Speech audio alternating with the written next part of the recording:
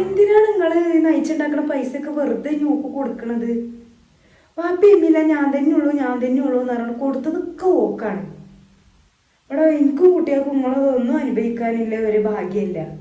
ഞാൻ എന്ത് പറയണ കേട്ടാൽ മതി എന്നാണ് നിങ്ങൾ ഈ പറയണത്? ഇതുവരെ ഓൾ ഹസ്ബൻഡ് ഇതിലെ നടക്കുകയായിരുന്നു, അധികം പണിയൊന്നും ഇല്ലാതെ നാട്ടിൽ കൂടെ.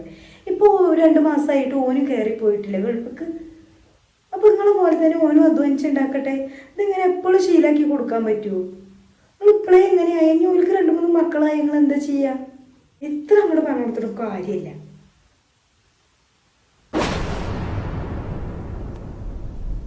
പിന്നെ ഞാനൊരു കാര്യം പറഞ്ഞുതരാം.